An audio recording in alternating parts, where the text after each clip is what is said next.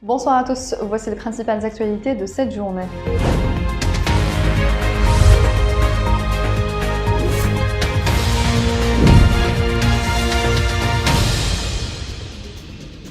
Le président de la République, Abdelmadjid Tebboune, a ordonné lors du Conseil des ministres de réviser les tarifs des billets de transport aérien et maritime avant la saison estivale au profit de la communauté nationale à l'étranger, indique un communiqué du Conseil des ministres.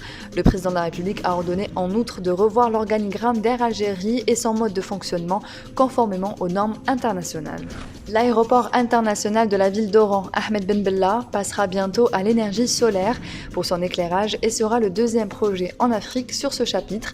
En effet, l'installation d'une centrale photovoltaïque sur la toiture de l'aérogare est en cours et leurs essais auront lieu après l'Aïd.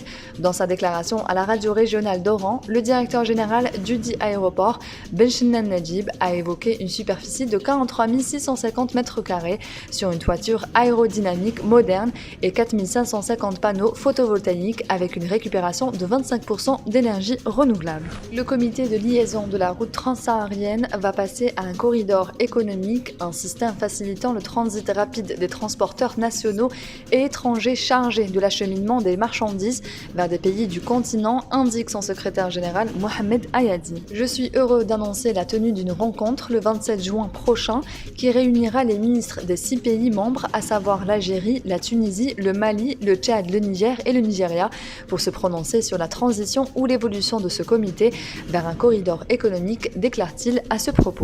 La moitié de la population mondiale est exposée au risque de contracter le paludisme, indique ce lundi l'Organisation mondiale de la santé à l'occasion de la Journée internationale du paludisme célébrée le 25 avril. En 2020, 241 millions de cas ont été enregistrés. Selon l'OMS, l'immense majorité des cas et des décès sont survenus en Afrique où plusieurs milliers d'enfants en meurent chaque année. Le premier vaccin RTS-S entièrement dédié au paludisme a finalement vu le jour après les essais favorables menés depuis 2019 au Malawi, au Ghana et au Kenya. Plus d'1 million d'enfants ont désormais reçu au moins une dose de ce vaccin.